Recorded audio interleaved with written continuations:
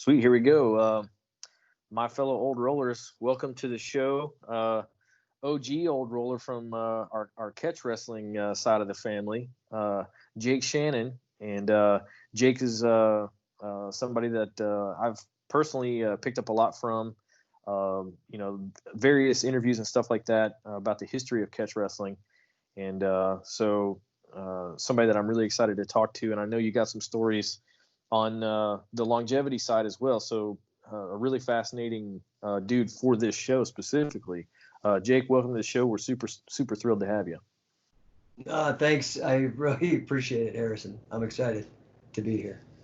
So to kind of give people a little bit of an introduction to you, I want, like most of my listeners are jiu-jitsu guys. And but I find that even though the bigger part of my audience is jiu-jitsu guys, in a lot of ways, the more sort of aggressively enthusiastic part of my audience is the catch wrestlers. And so for my jiu-jitsu brethren, talk a little bit about scientific wrestling and catch wrestling, and just give just a very brief overview of some of the similarities and some of the differences, and what some of my jiu-jitsu friends can pick up from catch wrestling. Okay. Yeah. I think it's funny because I look at no-gi jiu-jitsu, and to me that's as close to traditional jiu-jitsu or Brazilian jiu-jitsu or whatever as no-gi, what I call no-pin catch is, or no-gi grappling. It's all grappling, right? We're all wearing rash guards and we all get on the mat. The main thing is, whereas like for a jiu-jitsu guy, he wears a gi. For a catch guy, we do all the submissions and everything else. It's just we throw in a pin. So in that regard, you mentioned like kind of that a much smaller catch following, but they're much more like rabid. And that's just, I think, that's a word that I would use. That's a great analogy just for catch wrestlers in general. I mean, like, there's not a lot of us that actually do it. And of the people who do it, there's very few who actually have trained with guys who used to do it from the old days and got tips and tricks from them. So it's a very, very fringe kind of scene within the grappling scene. But, it's one of those things. It's like, you look at somebody like Sakuraba, and I hate to always bring him up, but there's just so few. I mean, Josh Barnett, there's all these big name guys. But somebody like Sakuraba, what championship has he won? None. But he's in the Hall of Fame. Okay. And the reason is, is that kind of rabid, crazy part of being a catch wrestler. You're more concerned almost with fighting spirit than you are with winning. You feel like you win over the crowd if you put on one hell of a good show, whether you win or lose, So, and that's more the pro wrestling idea of selling it too. So because you're trying to make a living and you're trying to actually sell matches for people to come and spend their money, their hard-earned money and time, and sit and watch it. So, catch is harder, I think, and so it doesn't get as many followers. Like I've been doing catch wrestling pretty seriously since about 2003. And I started grappling. I started wrestling in Pee-wees, but I don't really count that because it was just, right. I mean, it was like, high school and folk style. It was Pee-wee wrestling is when I started, like 1977. I mean, that makes me sound really old. I'm only 47, but I started in 77 and then did like McDojo shit when I was growing up too. And, the standard little kid level martial arts stuff, especially in the 80s. But I was very fortunate. I was doing judo in Boulder at the YMCA there under a black belt named Bernd Busch, German name. I mean, he's not biblical. He's a chiropractor, but his name was Bernd Busch. And he was a senior nationals judo champ. Great judo guy. And I happened to be, I think I was whatever. I don't know. I was very low rank in judo and maybe even white belt. And the first UFC happened here in Colorado. Yeah. And I didn't get to go. And it kind of, I was like, oh shit, I really want to go see this. And I didn't see the pay-per-view. But when the second one came, I was ready.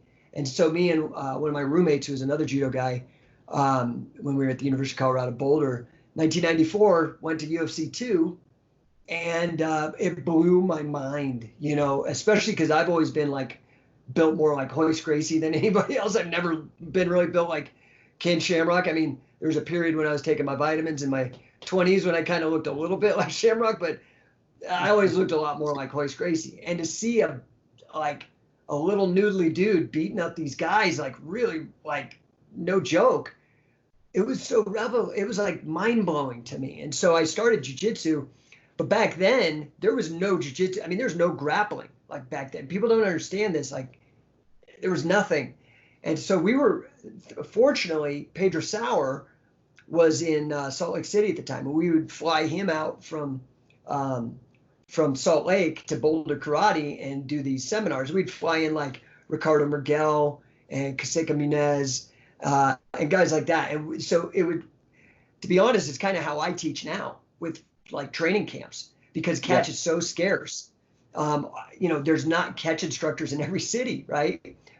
So we do training camps, but it was the same kind of scene, but with jiu-jitsu back in like 94, 95. Well, I ended up graduating in 95 from University of Colorado, and I moved straight to California, and I went to train with Carly Gracie. And I was there, but man, you know, I graduated with an English degree, which is basically like, you know, I might as well just fucking piss that away. I was just there to party. You can't get a job. You know, I should have done like accounting or something if I actually want to get it paid after I got my bachelor's. But I mean, it paid off later because now I can write books, right? But back then I was poor as shit, dude. And then I moved to San Francisco, which was like on par with New York for being expensive. And I'm like a scrub, dude. I'm like 22 years old. I don't got any funds, no skills. It was ghetto. I was working like 3 minimum wage jobs. And back then, Carly's gym was $200 a month. And it was like, that was twice a week. I mean, it's always been expensive in terms of like, especially when your minimum wage back then had to have been like $13 an hour. I mean, it was awful, right? And so I hung in there as long as I could. And then Half Gracie opened his school in San Francisco, south of Market in the Mission District. And I went there for about 6 months. And then I kind of fell out of it because I just had too many injuries and I was getting a little disheartened. Like, you know, I wanted to fucking be on the show. I wanted to get booked, but you know, wasn't really fucking happening. And I was, you know, I won't say I was like a phenom or anything, but I was better than most people only because I had the information and nobody else did. I mean, everybody's had that experience, but back then nobody knew any submissions. I could fucking smoke everybody. It was an amazing time. You know what I mean? And then as soon as like real athletes, like really good level wrestlers and stuff started coming in the game, it's really started changing the scene. It got way more competitive real quick once the wrestlers came in. Well, I was not getting booked. It wasn't seeming to happen. I'm spending a ton of money, racking up injuries. I'm poor as hell. And so I just kind of got burned out. And I was, so in my 20s, you know, I was a little more wild than I am now. I had a lot more testosterone than I do now. And so, you know, I was dating a stripper and she was just super into pro wrestling. And I happened to stumble on, one of my minimum wage jobs is how old I am. I was working at a video store for those people, you know, you used to have to go. You couldn't just Netflix a video. You had to make an event and drive to Blockbuster or drive. The place was La Video in San Francisco. It was really cool. Anyway, I saw I'm From Hollywood, which is a documentary by Andy Kaufman about him going into pro wrestling. And I was just so fucking floored. I was like, this is the greatest. I want to do this.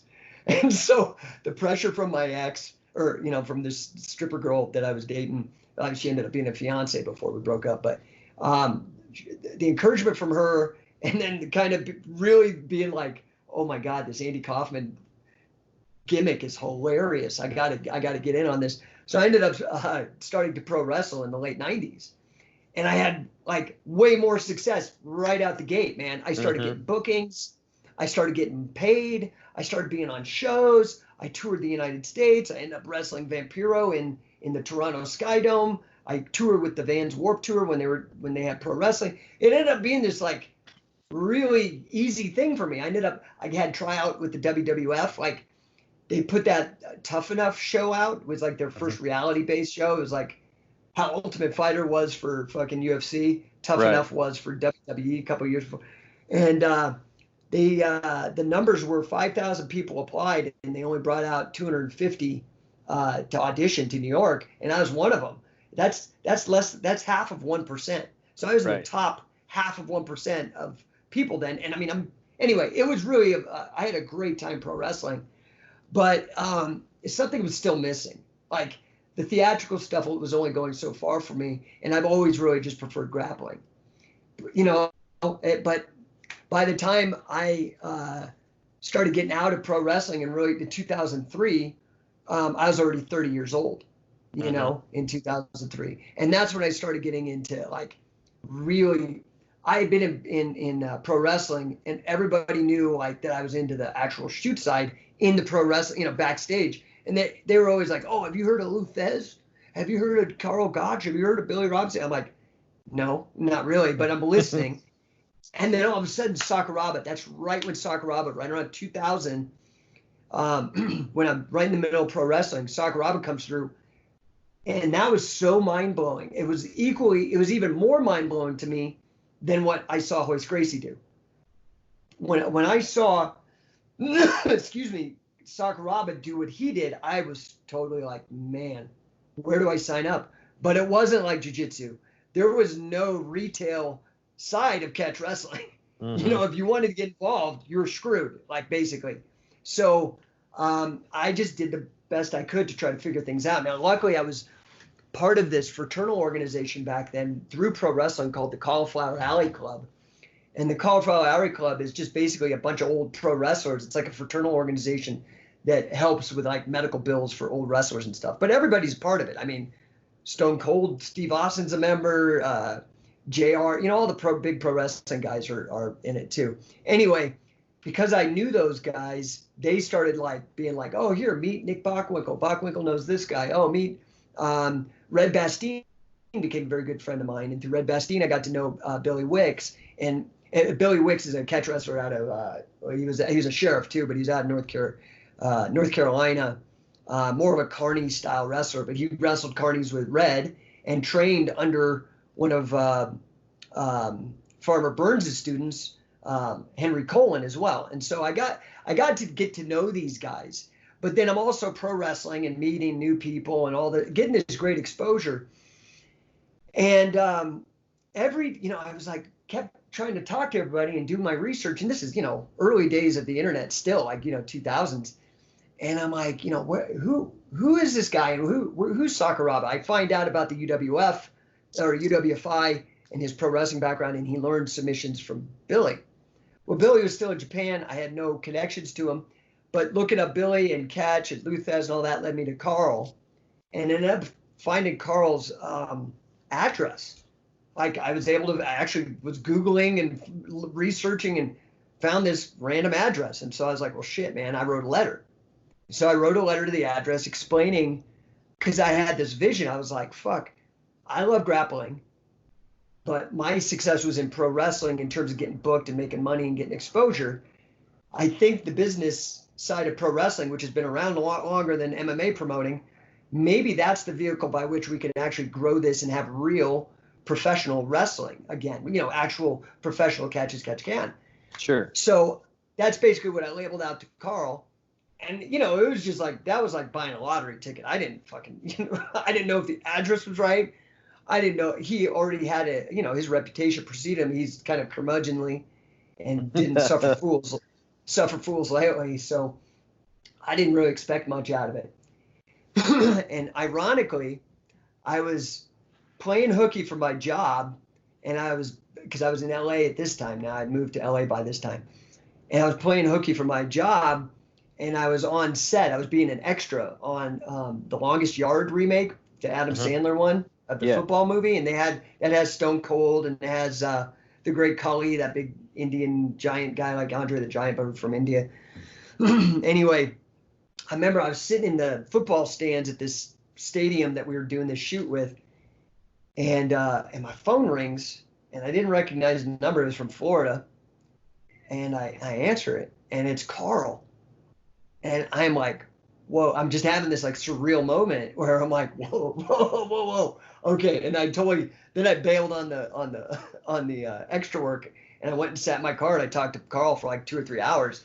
And then from then on, from like 2003, 2004 until his passing in July of 2000, yesterday was the anniversary, 13th anniversary of his passing. But for those 2004-ish, I can't remember exactly. I think it was 2004, it might be 2003. But from those years, man, Carl was like amazing to me. And to me, nothing like the reputation that, but I will say this, you could definitely see he didn't put up a bullshit. You know, if you were coming at him trying to puff up your chest and say you were something you weren't, you're fucking out. You know, like he's not even going to bother with you. So I was very, very lucky. And they call it remote coaching now. I see like these ads on Instagram, like you could be a remote coach. That's basically, I had Carl Gotch as my remote coach because in 2003, I started my very first club at the Santa Monica High School. And, I actually started at a boxing gym first, but really the biggest length of time that was steady was at the Santa Monica High School for like 3 or 4 years back then with Carl. And I could run practices and call him and he'd tell me what to do and watch this. So it's not quite hands-on, but I was learning more high-level stuff. I wasn't learning detail stuff. I was learning more high-level from Carl about how to run, how to coach, how to train guys, that kind of things, but not so much on technique. Well, Josh Barnett ends up because, I'm online already and I'm trying to build this idea of getting this as a sport again. And I'm online. I moderated my own forum back then at the Catch Wrestling forum on MMA.tv, the underground. This is how you know I'm an old roller.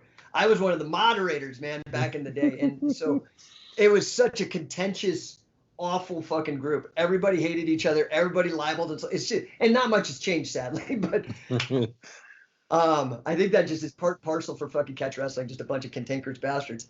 But Josh had known me through that and knew that I was in touch with Carl and said, hey, man, this Japanese sports magazine wants to do a layout, a spread with me and Carl. Can you help me put that together? I was like, fuck yeah, that sounds awesome. So that was kind of my first introduction to Josh. But then I knew Josh knew Billy in Japan. And I'd always really wanted to get to Billy because Billy was the one who trained Sakuraba. So anyway, one day I just kind of was like, hey, man, can you help me get in contact with Billy? And he was like, oh, yeah. So it was kind of a nice little quid pro quo. And we just really, Josh and I become friends. I mean, since that time, he's a great guy, and he's another one like Carl. Like sometimes he gets a bit of a weird reputation. I don't know, but he's like nothing but like the nicest, straightforward, and not really too taken by his level of, fame or legendary status for what he's accomplished in MMA. But anyway, I got in touch with Billy, and then 6 months later, Carl passed. I think I started with Billy in February 2007, and then Carl died in July. And then I was with Billy for 7 years, which I documented everything, so everybody unfortunately has seen all that. But then like literally a month before Billy passed, Wade Chalice calls me up. And I'd already known Wade for years. I produced some of his DVDs and stuff. Mm-hmm. And he called me up and he said, man, I'm really into what you're doing. And I think he could see the relevance that I was trying to bring, basically pinning, which is his calling card, into the grappling and MMA scene and make it relevant. And so he called me up a month before Billy died and said, I love what you're doing. I want to work with you. Let's do something. And I was like, oh my God, who am I? How do I get to work with Carl, Billy, and now Wade? This is like, I'm like, Charlie and the Chocolate Factory. I got the golden ticket, but I didn't know what to do because I built almost everything around Billy and myself doing this one program. So I just was kind of like, okay, Wade, yeah, let me think about it. I had I didn't know what to do. And then a month later, Billy passed. And, I took Billy's passing, when Carl was a friend, and I took it, I think maybe like when I've had other friends pass where it's not fun, but Billy was much closer. He was like family. I mean, I named my kid after him. Like, my wife is very close with him and stuff. And he came over here. Like, I mean, anyway, we traveled around together, and it put me in a funk. Sure. And the other thing that happened was just about 3 or 4 months before Billy did pass away, I had to retire from wrestling. And so, that's kind of one of the things that about this whole old rollers thing is there comes a day when you just got to fucking hang up your boots for whatever reason. And sometimes in my case it was injury. And I was already kind of having some identity issues because I was like, man, I've been doing this shit for so fucking long, and now my mode of exercise, my mode of like meditation, everything's fucking. I gotta just sit at home now, like or just go to the fucking gym and watch people. Like that was like rough. And then Billy died, and I just was like kind of like ready to just walk from the whole thing. I just was kind of broken up about everything in my life at that time with regards to wrestling. I was like, fuck this shit.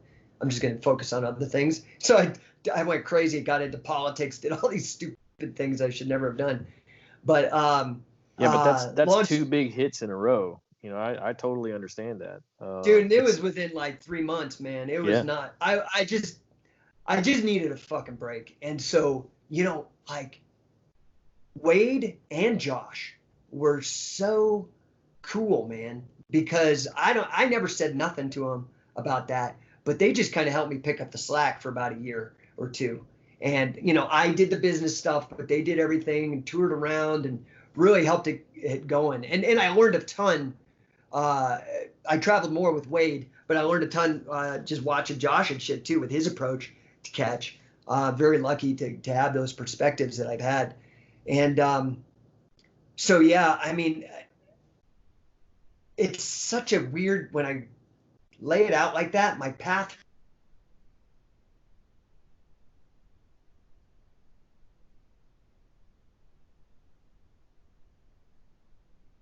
from both Carl and Billy, kind of from different perspectives. Carl from more of a high level, approach, like a team approach and how to just manage team and stuff. And then Billy from 7 years of just really excruciating detail. I wouldn't trade it for anything, man. I'm like the luckiest guy in the world. And I've been able to do it with integrity. That's one thing I've really decided to do. I'm an entrepreneur and I have other businesses. So I never really wanted to sell out this business. I wanted to try to, I don't want to go into debt, but I want to break even or make a little money or something.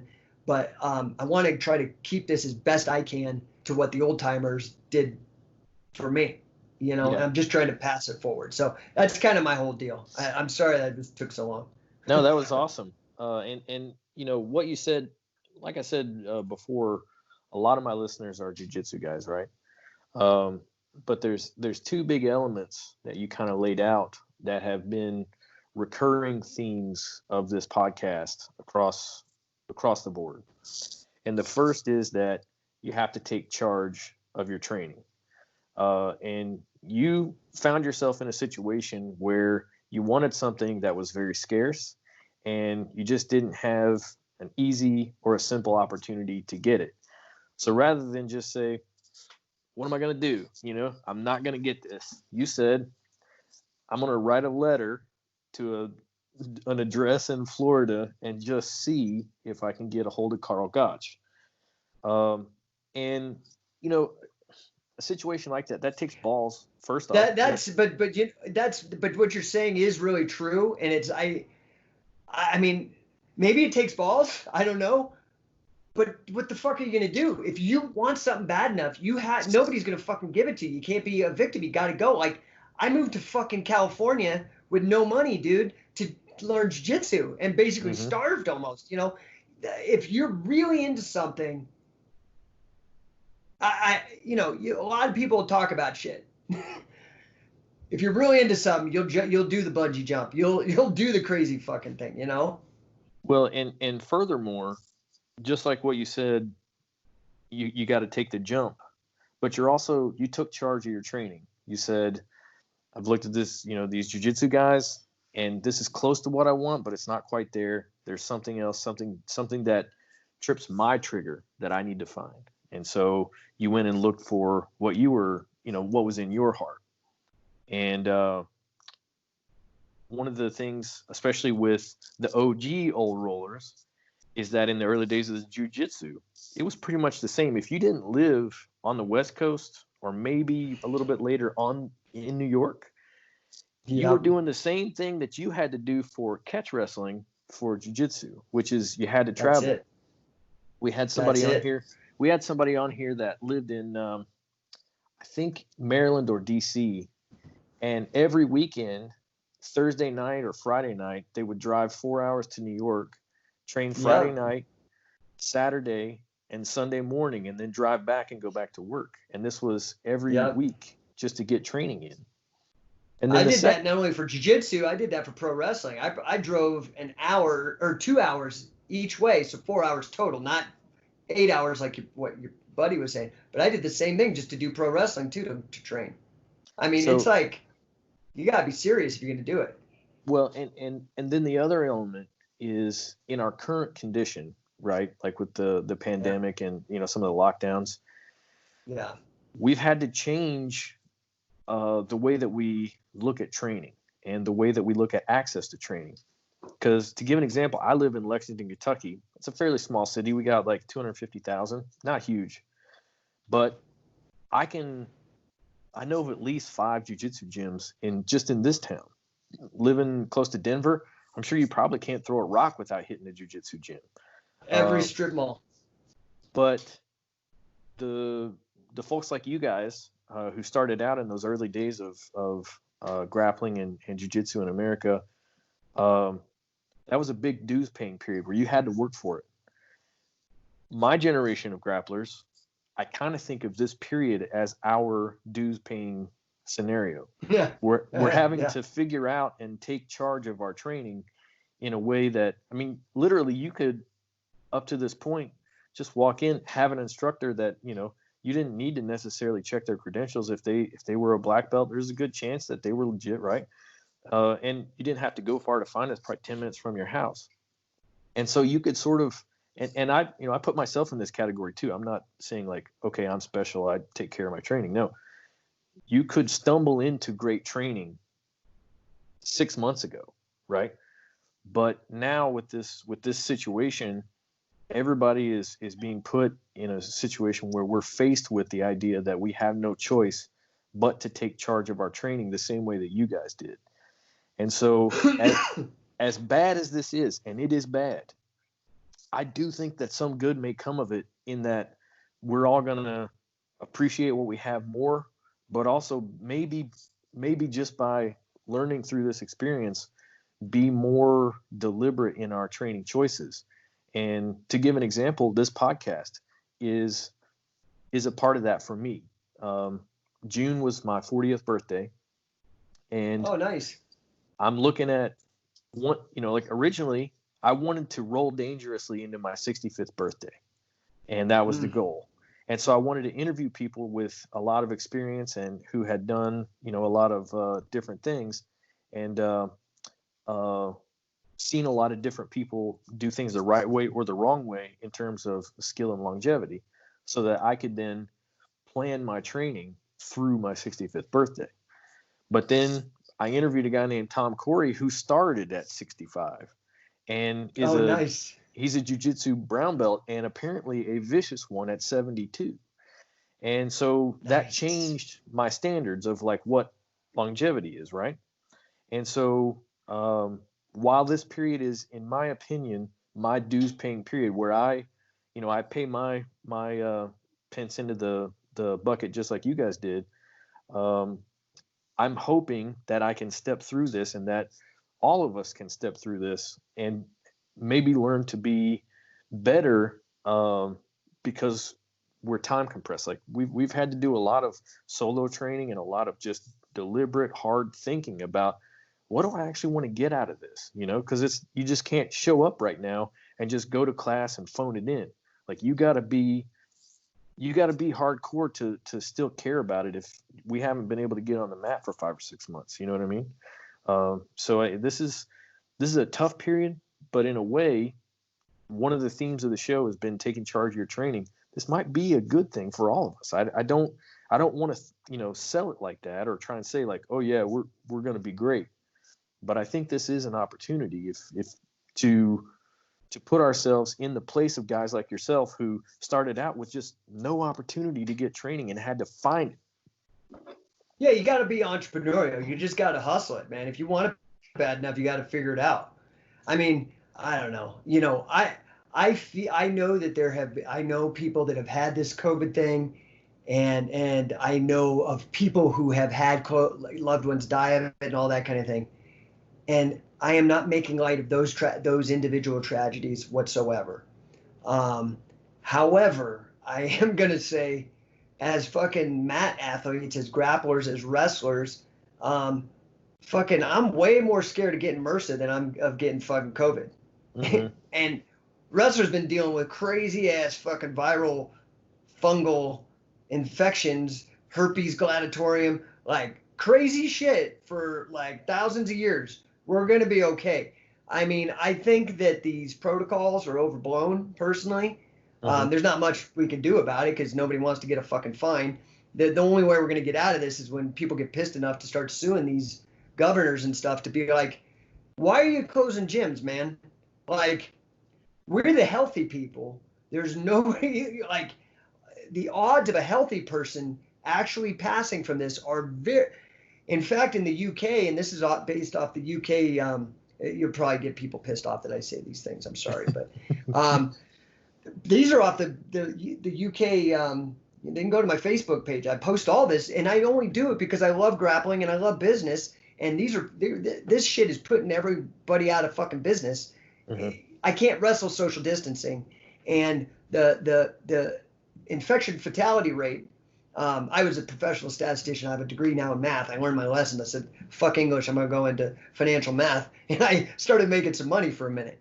But as a result, I got very analytical. And the infection fatality rate, which is the actual best estimate you could come up with based on testing, not the dumb case mortality where everybody was adding in fucking motorcycle deaths, if you know, into fucking COVID numbers, giving you these scare numbers.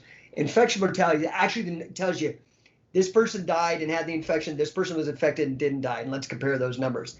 Right. It's basis points. It's like the same percentage of me making it to that WWE tryout. It's 6.5. It's 0.65%. So slightly more than 0.5% of people who get the COVID disease will die, and 42% of them come from nursing homes. It attacks elderly people, and I'm all for, like we've done in every other pandemic, you quarantine the vulnerable. But you know, there's no vaccine coming for any time soon. I mean, I trade the markets. I just made a shit ton off AstraZeneca but they're still in stage 2. Meanwhile, everybody's businesses is shutting. Everybody who gets a strip mall and installs mats in it and makes a living off of people like us coming in and exercising and playing that physical chess, they're fucked right now because they're still on the hook to pay their rent and their camp fees and everything else. So to me, with a 0.65 fatality rate, which is 99.35% survivability rate, in the UK, influenza and pneumonia deaths just overtook COVID deaths. So I don't want to get, I hate how this has gotten politicized, but I mean, I'm looking at the figures here, and you know, for somebody like me, I feel like it's worth the risk, and I'm not a grandma killer. That's not what I'm saying. I'm saying, like, I don't think it's rational, this overblown, overwrought response. It seems awful politicized, and it happens during an election year, so everybody's acting nuts. So to me, you know, I think what you guys have to do, like, I'm not encouraging anybody to break the law, but you know, yeah, how many of you guys actually drive the speed limit is all I'm going to say on that one. Okay. I made a t-shirt right at the beginning of this, and I put on, I ripped it off from Thrasher magazine, where they had skateboarding is not a crime. And so April 4th, I came out with this idea. I put catch wrestling's not a crime. So, you know, I don't like how we have this giant nanny that tells us what to do with our lives. And I'm not putting people at risk. If this was a high risk thing, I would totally be behind it. I wear masks, do all that shit. But, you know, I think you guys just have to fucking roll. I think you just have to have underground fucking sessions, just like we used to do back in the 90s, man. You just got to have underground sessions, and somebody, hey, I got mats in my gym. Come on over, you know, bring a 6-pack of beer, and just go out and have fun. I am concerned about the future of the sport with all this stuff. If the next thing comes out and it's got maybe a 98% and they just turn off the planet again, these businesses aren't going to survive, and we're not going to have grappling anymore, you know? So I would just encourage people, like you say, I'm not telling you to break the law. I'm saying that you already do it anyway when you don't drive the speed limit. Some things you make your own rational assessment of, and if you're not hurting anybody and you're doing precautions, everybody puts on a condom when they have sex these days because there's an AIDS virus. Well, I don't think that we need to wear a body condom or a hazmat suit to get back grappling. I think we can make sure you're not sick when you show up. You know, people can get tested, all that kind of stuff. Just, you got to get it done. You just got to get her done and get on the mats again and wrestling. And I can't speak for like Colorado, but in Kentucky, the rapid testing is actually pretty available. And so you can go and get the nose swab, and 15 minutes later, you got a positive or a negative. And so I think, you know, once again, same as you, I'm not encouraging anyone to break the law. In Kentucky, gatherings of up to 10 are allowed. So, you know, like, you could consider yourselves a gathering of friends, especially if you are doing the rapid testing. Just, you know, set it up and get tested, you know, in the morning. And, you know, if you're negative, you're negative. I mean, it's not a complicated matter. Don't fudge it though, just because you weren't trained. Like, you know, don't be a dick. Yeah. But same as we wouldn't be a dick if we had, you know, like MRSA or fungus or something. Like, you just, you know what I mean? Well, I bought one of these things, you know, that's like those temperature guns, because I've got camps coming up, and, you know, the science. This is all from CDC. I'm not looking at some Alex Jones website telling me weird shit. These are like the best facts we can get. It's not transmitted on surfaces. The asymptomatic do not aren't shedding virally, and they don't cause people to get the virus. It's the people who are showing symptoms that are the ones that keep them out of your gym, because that's going to get everybody the goddamn flu, the COVID-19. So just don't do that. Like, if you're not feeling well, or somebody comes in, they got a fever, that's just the deal. You can't come in right now. But otherwise, I don't think, I studied and was professionally like a risk professional. Like, billions of dollars weighed on the dumb decisions I made for these big banks. I am telling you, as a risk professional, it doesn't, the responses, the policy response is way overwrought. So I think just people be smart, be safe, and get back out there and doing it. I mean, that's actually kind of the joke, like, because all that BLM shit happened right after, during the lockdown too. And so I was like, which is awful, by the way. I mean, one thing that's been really nice during that is I've been trying to show law enforcement, in particular sheriffs, the benefit of pinning instead of choking everybody out and getting lawsuits and bad PR and causing riots and shit when you're handling apprehending suspects. Anyway, but because of, you know, the stupid kind of hypocritical thing where you couldn't go out and everything was like scared but you can protest. Like, I made those shirts, and I was like, well, fuck, if you can have a gathering at 10, just make some billboards, say, you know, legalize grappling and catch wrestling's not a crime, and you say you're just protesting. It's fine. Just wrestle in the park. Yeah, right. So you just got to do it, man. You just got to get out there and you got to keep wrestling. It'll be okay. I mean, if it was something, I mean, honestly, something like MRSA scares me more. I've gone into gyms. I've been in a lot of gyms because I've been doing seminars for a while. I've been in a lot of gyms, man. I'd be more scared of going into those gyms and getting MRSA or something than I would be getting, or ringworm, than I would be getting because of the cleanliness in there back then. So I think it's okay. That's my own opinion. Do what you want. I'm not telling anybody what to do, but I think we should just get back to wrestling and take charge of our grappling, like you said. Well, to kind of transition, because this does tie in, with the longevity elements. You've had quite a few injuries. You've had some, some bad luck, honestly, and also some good luck, because we're here to be able to talk to you. As a matter of fact, I'm not dead. Yeah, we had a conversation, you and I, over Facebook Messenger, and I was like, you should come back to pro wrestling. Your fight name should be Lucky. Mm-hmm. Yeah, So, man. I mean, so talk about some lucky of that or stupid. Well, yeah, but still breathing, so I say lucky. Right. Lucky, yeah.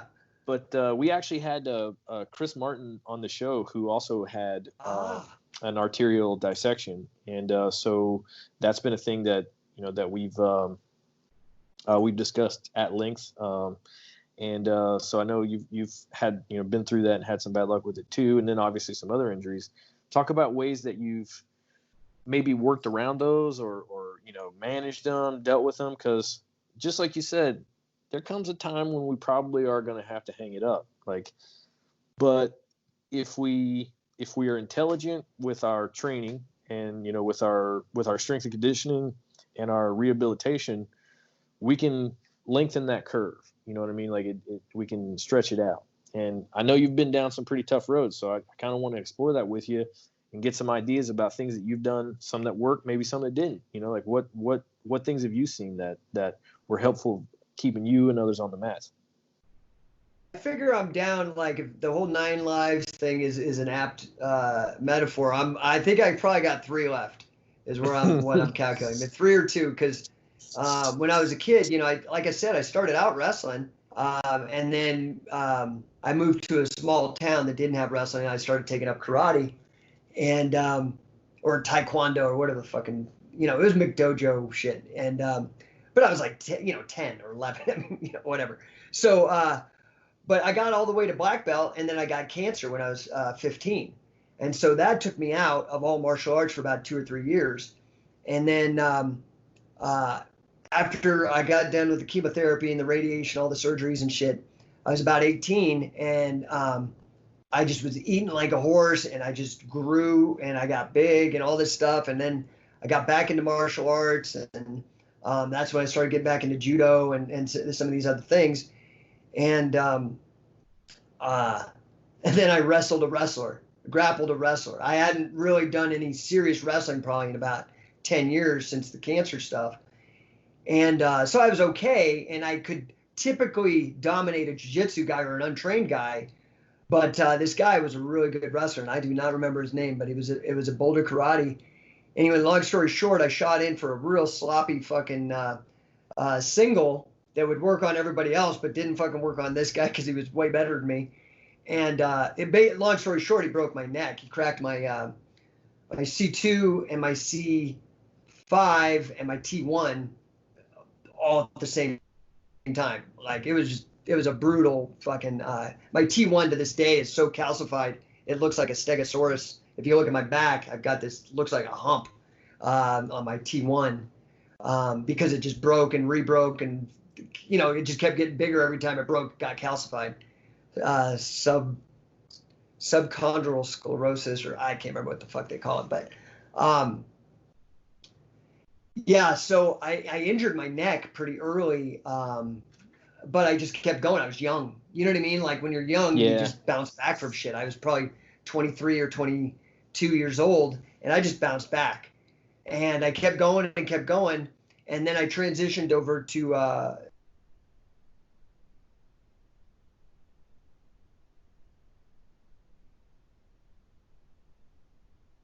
done lost you. If we'll wait for a second, see if Jake comes back in the feed. Let me check my internet connection. Looks like it's still good.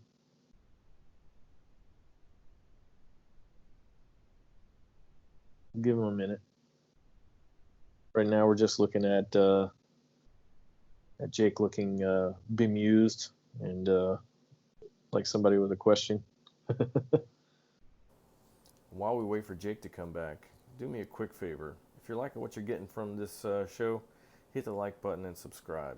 Smash the bell button too so that you get notified anytime we bring on new content. Also, share it. It's really helpful to me to spread the word and really get some of these, the ideas of these great people out. So I'm having a lot of fun, and I hope you're getting something out of it too. If you made it this far, I know you like what you're seeing. So, do me a favor and like, share, subscribe. It really does make a difference. Thanks. All right, we're back up and running. Bill Gates couldn't keep us off the internet. So anyway, long story short, I started doing the pro wrestling, which was even worse for my cervical vertebra, but I didn't know. And again, back then, I mean, I was doing steroids and these other things. I was a lot bigger. I was, naturally, I'm probably 185. I got up to 225. And you have that much muscle, it holds everything in place pretty good. So I was okay for a while.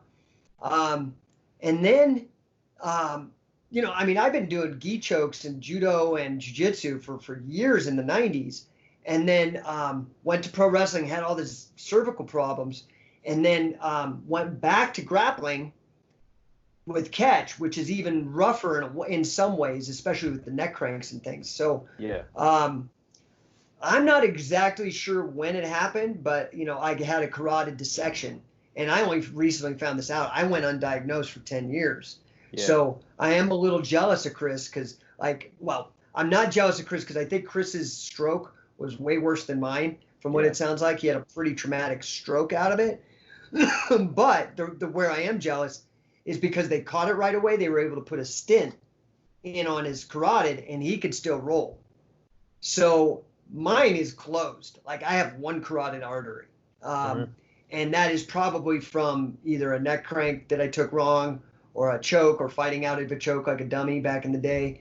It's like when you're the first people to do stuff, you do things stupid. Like the first MMA guys were full on giving each other concussions during practice, right? Like, you just did dumb things you didn't know.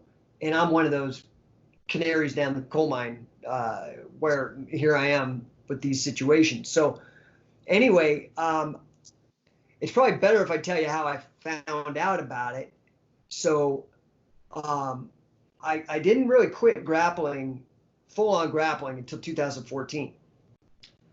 But the reason I quit when I said injuries was that I kept losing my use of my right arm. Like, it would just go, man. I mean, it was like dead. Yeah. And I was like, dude, that's like no good. Like, there's something here. And because of all the damage in my cervical vertebra, I thought I had nerve damage. That's what I thought it was. So I'm like, dude, I need to probably just chill out. I got 3 kids. You know, I love this shit. This is in my blood. Like, I mean, I love this, but I love my kids, and I got responsibilities and shit. So, and I could still coach and whatever, I was lucky that way. And so anyway, long story short, fast forward, me and Sam, Sam's like my number one guy. He's, kind of traveled the same training path as me the longest. I mean, I've been doing it longer, but he spent a ton of time with Billy, probably second to me in our program. And Sam's a 3rd degree black belt. He's a Chris Howder black belt. And he's been around forever too. You might want to have him on. He's a crazy cool dude. Yeah, that would be awesome if you could put us in touch. But for sure. So, but anyway, he and I went over to the UK. I take him, and he's kind of my UK, and he knows a bunch of shit, so he teaches too. And so we go. I've been touring Europe and mostly the UK since 2011. I started going out there with Billy, and then just kind of kept it going after Billy passed. And Sam comes with me now. Anyway, long story short, I'm flying out to England. We fly out of Florida, and I think it's a long flight. And we fly on Virgin, and we land, get our bags. I'm exhausted, jet lagged. We head right to the hotel, and I pass out. Like, I'm exhausted. I've been on this long flight. It was uncomfortable sitting up, whatever. And I got to work tomorrow. I got to grapple for 3 days straight on this camp, so I want to get my rest. So anyway, I wake up, and my fucking left arm is like 3 times the size. This is not an exaggeration. It looked like a cartoon. Yeah. And it was super swollen from all the way from the wrist. Like, I normally wear like a real loose bracelet. Man, it was like the bracelet, I couldn't even get it off. It was like a fat person, and it's all like, Yeah. like a fat person wearing a thong or something. It's all like squished in and shit. Like it was like my whole arm from shoulder to wrist, and I was like, whoa, this is weird. But it didn't hurt, and I had no loss of function whatsoever. And I was like, well, fuck, I just flew over here, and all these people pay me this money. I gotta fucking work. So, and I'm asking Sam. Sam's like he has his degree in acupuncture, so he knows a thing or two. You gotta get licensed by the state of California, all that. I'm like, what is this? And he's like, I don't know what that is. And so we're Googling it and trying to figure it out. I thought it was what's called an edema, which is just swelling of your arm. You would lay on your arm like, you fall asleep and you lay on your arm and it fills with fluid. So I thought, okay, it doesn't hurt. No, it functions fine. So I coached. That weekend we coached 3 days, which is 6 hours. That's 18 hours of coaching. I think we did 1 or 2 seminars. We toured, because we're like tourists over there. Went and walked the city of York, which was probably 5 miles. The next weekend did another camp. Same deal, 18 hours, 3 6-day days or 6-hour days. It never went down? No, never went down. But I'm like, well, maybe because I'm aggravating it, because I'm picking people up and twisting things and showing shit. Maybe that's why. Did this whole other camp. So we did 2 full camps, seminars, walked all over. Then after camp, we did 7-hour trek around, sightseeing around London, fly back, and it still doesn't go down for 2 hours. So now I'm like, well, fuck it. This ain't an edema. I got to look at it. And everything started coming up, blood clot. And I'm like, oh, fuck. I know that's got to be serious. That doesn't sound good. So I go down to like the strip mall emergency clinic, and they're like, whoa, dude, you need to go to the hospital like now. And I'm like, oh, okay. Everybody's freaking out. I'm like, totally, I'm not hurting except like my skin. It's like an Indian burn because it's stretching. Yeah. You know what I mean? So it's like tingly, stretchy feeling. Yeah. So anyway, I go to the hospital, and they're looking at my arm. In fact, my arm was so bad. I'll always remember this. I was with Sam and one of our hosts. His name is Brendan, and Brendan's like walking us around. But anyway, we're downtown London, and I had one of those Peaky Blinder hats on. The flat cap. Had that on, and then my arm's all crazy like a balloon. And these random people are like, "Oh my God, you're like the real Popeye," and all this kind of shit. I mean, it was bad. Anyway, I get there. I get into the ER at this hospital, at Lutheran Hospital here in Denver. And they wheel me in to this ultrasound chick. And she had like the worst bedside manner of anybody. She's like scanning. She's like, oh my God. Oh my God. I'm like, dude, I'm right here. Can you just not freak me out? She keeps going up my fucking arm, freaking out. Like, oh my God, I've never seen it this bad. I've never seen a whole arm fucking clotted. I'm like, yeah, geez, okay. So then she gets up into my fucking... Was weed legal in Colorado at that time? Or was it before that? Well, at least you had that. Like, yeah, I'm always chill. They started going up. She starts going to my arm, and then she goes up into my carotid, and she starts losing her shit. She's like, "Oh my God, your carotid's 100% closed," and I'm like beginning to freak out. Like, that is not good. How am I alive? Like, you need your carotid arteries, as far as I understood. So, you know that's what a blood choke is like you go out when those get cut off. So, I mean, I'm just sitting here like, what the fuck? They freak out, the doctors. They put me up in the intensive care, and they pump me through, heparin, I think was the blood thinner, for like 3 or 4 days. And, again, yeah, lucky, dude. I was fucking luckier than shit, because they were like, dude, you probably should have had a fucking heart attack or died, or at least a severe stroke when you landed, when you woke up. And yet I did like 2 full camps, seminars, and hiked around cities for like 7 miles probably, and flew back. Anyway, so I'm very, very lucky to be alive. So, but they're trying to diagnose this and figure out what the fuck it is. And they're all freaking me out. Like, the bedside manner's got to change, man. These people, unless they know what's going on, they got to keep a poker face, because it stressed me out.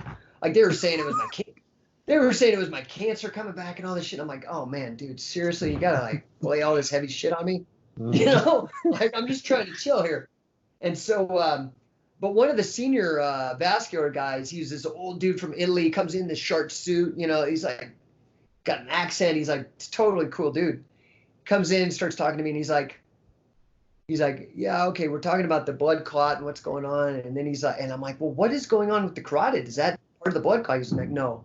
Because they put me through like 3 or 4 I did like 2 ultrasounds, 2 CAT scans, EKG. I mean, dude, they tested. I know everything that's wrong with me now. I had a hernia I didn't know about. Like, you know what I mean? Because they scan your whole body.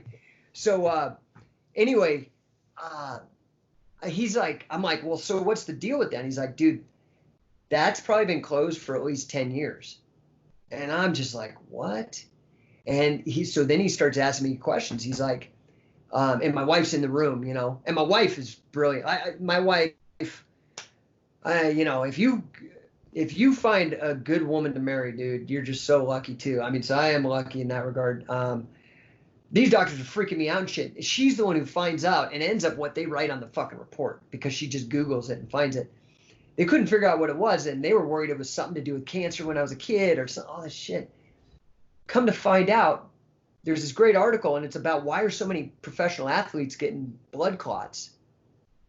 And the 2 bullet items at the top is an international flight and creatine supplementation. And dude, I'm gonna be honest with you, until this happened, I was on creatine constantly, like for like 20 years, not cycling it off. And the combination of those 2 lead to blood clots. That's why you're having like Serena Williams getting them, like all these athletes are getting because of that combination. And that's what the doctor's like, oh, fuck, that's totally what it is. Because it's not, if I was an unhealthy person, there was no way I could go for 2 weeks teaching camps with a massive fucking blood clot and nothing happened to me. I'm a healthy motherfucking person. So I wasn't too happy about the other shit they were pushing. Anyway, they found that out. But they're talking to me about the carotid, and my wife's in the room, and so she intimately knows all my health issues and things like that. And so the doctor's like, well, you know, about 10 years ago, did you ever start using feeling in your hand and not be able to use stuff in your right arm, right? Because it's the left carotid goes to the left brain. The left brain controls the right side of the body. So he's like, did you stop, like, have weakness in your hand or go totally dead? I was like, we both look at each other like, yeah. Because this was happening before I actually quit, but it wasn't until it was happening in wrestling that I quit wrestling, quit grappling. Right. I remember one time I was standing at the post office holding my keys because I had a postal mailbox waiting for it, and I heard my keys drop, and that happened to me a couple times, and I'm like, whoa, that's weird, because you just think you're holding on to your keys, but my arm just wouldn't hold on to it. Yeah. So anyway, long story short, he's like, did you lose feeling in your arm? We both look at each other like, yeah, about 10 years ago is when it started. And he goes, did you ever like have blindness where like it was like a veil being pulled over your eyes? And we both look at each other. I didn't know what the fuck it was. I didn't know it was connected to the arm. I thought I was having migraines and I couldn't see. But all this stuff was happening at the same time. These were stroke symptoms. Mm-hmm. And I had a mini stroke. I didn't. So like Chris had a pretty serious stroke, I believe.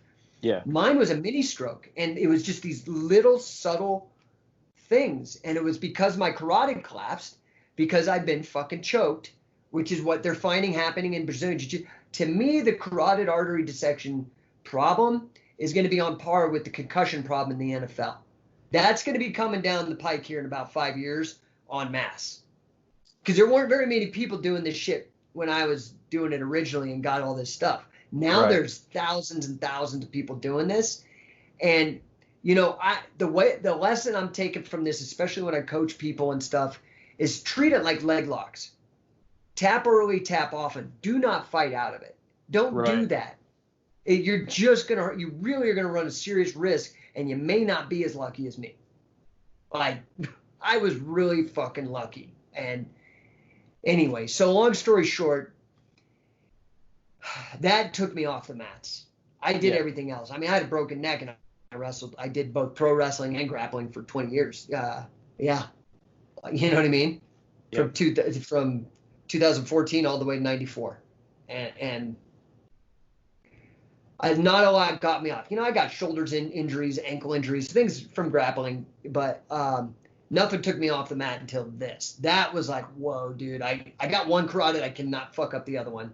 So I had to step off on that. And that was just, like I said, I mean, I think what was hard, it probably would have been easier if I knew what the fuck was going on. But when I had to step away and I'm just not sure what the fuck's going on, I don't got any good reason to tell people, I'm like, yeah, I keep losing feel in my arm, and they're just looking at me like I'm a weirdo. I mean, I don't know.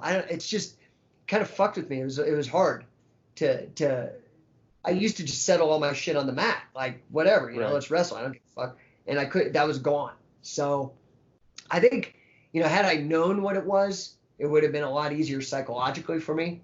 Sure. But anyway, I'm glad I know what it is now. So.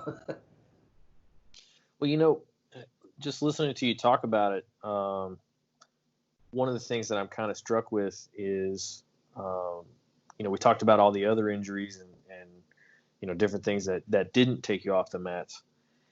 And sometimes in a case like yours, your toughness and your willingness to go through, pain. And look, grapplers and jiu-jitsu guys, we're kind of okay with, with being really, really sore. I had a good friend who we were training, and he knows who this is. He had just this gigantic, black and green and brown bruise on the top of his foot. And I'm like, dude, what the hell happened? He goes, oh, I was working out and I dropped a 50-pound kettlebell on my foot this morning. I'm like, why are you even here? And he goes, well, I don't think it's broken. I can put my weight on it. He goes, if somebody tries to ankle lock me, I'll just tap early. I'm like, you'll tap early? No shit. No, it definitely attracts a certain sadomasochistic crowd, in a non-sexual way. I mean, it's like, well, maybe for some, but I mean, like, anyway, it's like, you definitely have to be okay with pain and okay with hurting people. I mean, it's just, it's still with respect and safety, but that's the name of the game, is pain, really. I mean, that's why you tap, unless it's threat of a choke or whatever. So with some of the injuries, like, I know, like you were saying that, there was, some supplementation, that was helping, like, the muscle development and things like that. But there's also, workarounds and strength conditioning elements and, physical therapy. Like, take me through a couple of your injuries that you were able to work through, like, notwithstanding the arterial dissections and stuff, just like things that you actually did deal with and ways that, you were able to pull that off.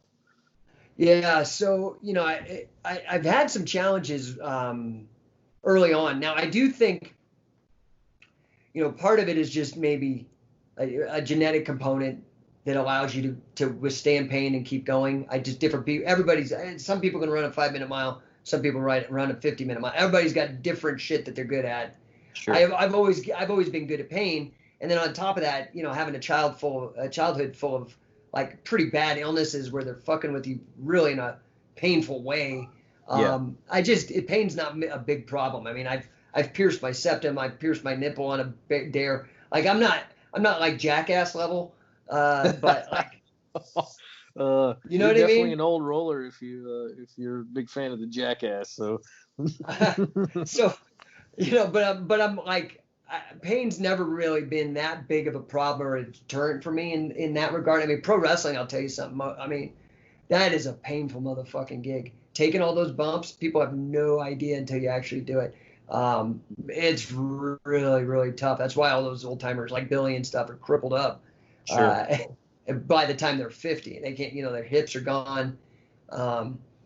So, I mean, I don't really know where I was going to go with all that, but I think that, pain tolerance is a huge part of the game. But you're right, strength and conditioning, so when I coach people now, you can learn things from a book and you can learn things from a DVD. No question. Okay. But your best teacher is always failure, is always when you fuck up, when you touch the hot stove. That's fucking in your emotional memory. You're not going to forget it. And, just like in wrestling, your losses and shit and things where you fuck things up or where you learn a lot. And I've fucked up a lot. So I've learned a lot. I would urge every grappler out there to seriously take up yoga. I mean, the dumb yoga that you see the soccer moms doing. Get in there, the hot yoga, and do it. And do it more days than you don't. That's going to keep you on the mat to 65, 75, 85 more than anything. I'll bet money on it. You don't have to believe me. I don't care. I'm telling you, that is my opinion based on years and years, because when I was busted up and broken, like after I quit, you know, I kind of got fat because I wasn't exercising, you know, because like I don't like the gym. The gym is really fucking boring. I'm not a bodybuilder. I don't like looking at myself in the mirror and grunting in front of people that I don't know. So I don't fucking do it. I don't like that shit. I'm not into it. Other people, fine. Yeah, some people like chocolate. Some people like strawberry. I hate the gym, but I love wrestling because it's a cerebral thing, man. It's like playing chess. You know, it's just there's live feedback. It's better than virtual reality. You know, these kids are fucking buying virtual reality helmets. I'm like, go get on the wrestling mat and get beat up, dude. That's like better, you know? But for me, if people started doing yoga, like seriously, like 4 days a week, you could wrestle fucking forever, dude. I honestly have that opinion, because when I quit, I got out of shape, and then all the arthritis started coming in. And these are all things I had no fucking idea that, because the movement, you know, movement is medicine. And it was when I stopped moving, I got fat, out of shape, all the pain started coming. And it was yoga that got me back. And I actually feel, okay, so sometimes I grapple with people, but I really don't. So don't ever ask me, don't expect it. But sometimes I get a wild hair and I do it anyway, like an idiot. But I feel as good as ever. And I'm 47. I mean, I'm not stupid. I have to be very careful. But like 100%, yeah. I can still smoke people. You know, I'm not, for being an old dude, I can still hang a little bit. And like, that is 100% fucking yoga. That is, I wish I would have done this starting when I was 16 years old. I'm not kidding you, man. It is the greatest goddamn thing for strength and conditioning for grappling. But what people don't understand, and this is something I did learn through my association with Carl, all that fucking yoga where the chicks are bending over and showing you their brown eye and all that stuff in class, all that chick yoga is based off of wrestling workouts from the ancient Hindus doing the Hindu push-ups. So a dand, which is the Hindu push-up, they call it a dand, D-A-N-D. Yeah. The Sanskrit for upward dog, downward dog is dandasana. Dandasana. Dand, pose. Asana is pose. So they dumbed down, you know, Carl would have us do 500 Hindu squats, 250 Hindu push-ups, okay? In a yoga class, you maybe do 25 chaturangas, which are basically Hindu push-ups. Yeah. It's a dumbed down, watered down version of the wrestler's workout. It all came from wrestling. Shit, I told you that this stripper got me into pro wrestling. The stripper pole, which is now going to be in the Olympics supposedly or something if that ever happens again. Pole fitness, my wife's like way into it. But that comes from the Hindu wrestlers as well. It's called Malla Kham, M-A-L-L-A-K-H-M-B, M-A-L-L-A-K-H-A-M-B, Malla Kham. And you see these little wrestling dudes like doing all these pole dancing tricks. I've seen videos of that, yeah. So the Hindu wrestling culture, people have no idea. All these chicks in their yoga pants have no idea it's because of Hindu wrestlers 1,000 years ago. That's where they're getting. I mean, look at Warrior 1, Warrior 2. These are like kata versions of wrestling. You know, like the old karate kata shit. Mm-hmm. It's this. I don't know what to tell people. This is not even controversial if you actually look into the history of it. David Gordon White is probably one of the best writers on the subject. But there's a ton of them. I mean, this isn't really controversial. It's controversial to people who don't know what the fuck they're talking about. But I would yoga is meant for people. Shit, you do it on a goddamn mat, just like wrestling. And in fact, I look at yoga now from my perspective. It's like wrestling yourself. You're sitting in there fucking like pushing yourself in some weird positions and holding these things and coming to terms with the enemy inside your own mind of controlling your body and stuff. And anyway, that would be the number one recommendation. You want to get people wrestling at 65, get into a hot yoga program, get into Bikram, get into power yoga, whatever it is, but do it. And you'll be so glad that you did. Well, that's really awesome, and you're the first person that, not the first person that said yoga, but you're the first person that's talked about that history, and you know how the Hindu wrestlers and their exercises basically like have trickled down into modern like yoga pants chick yoga. Dude, I mean, look. I mean, whether you're talking the yoga for BJJ guys, which is great, or Diamond Dallas Page, I mean, it doesn't matter. They all came back to the same thing because they figured it out. It's a fact. But I'm just telling you, sorry guys, this ain't a new fact. You didn't like discover fucking the wheel. This shit's been going on for like thousands of years for wrestlers. So get doing it. This is what will really help you. And I think what's great about it is it's not the bodybuilder approach. The bodybuilder approach is so much more linear. Bench press is straight and forward, military press straight up and down. These are circular motions using your body in space and having to figure out balance and stretching and these things that actually are more applicable to grappling than just throwing around some heavy, squats or power cleans or something. Mm-hmm. Coming from my background previous to grappling mostly was powerlifting. That was what I did for exercise. Yeah. And two things that I found. The first was that as a lifter, everything you do is anti-rotational, meaning that you want to lift in just like you said, a vertical plane. You don't want any change in the plane of the barbell because that's a loss of power. Because it adds weight. It adds weight because it's right. Torque. Yeah. If you're correcting the barbell's path, then you're using power to do that and not using it to elevate it. And then the second thing was the what we call the Valsalva maneuver, which is that big heavy brace that lifters do. Yeah, the core. It's completely useless for a grappler because most of what you're doing is rotational, and so if you have a braced core, it's just like a soda can. If it's pressurized, then you can jump up and down on it, whatever you want. You're never going to crush it. But if you open it, then you can twist it, you can crush it, you can move it. And so the Valsalva maneuver has its place for lifting because you want that. You want the force, the power from your legs to go straight through your spine and that sort of soda can core effect. But in grappling, that's not the case. Everything is rotational and it's fluid. And just like you said, it's circular.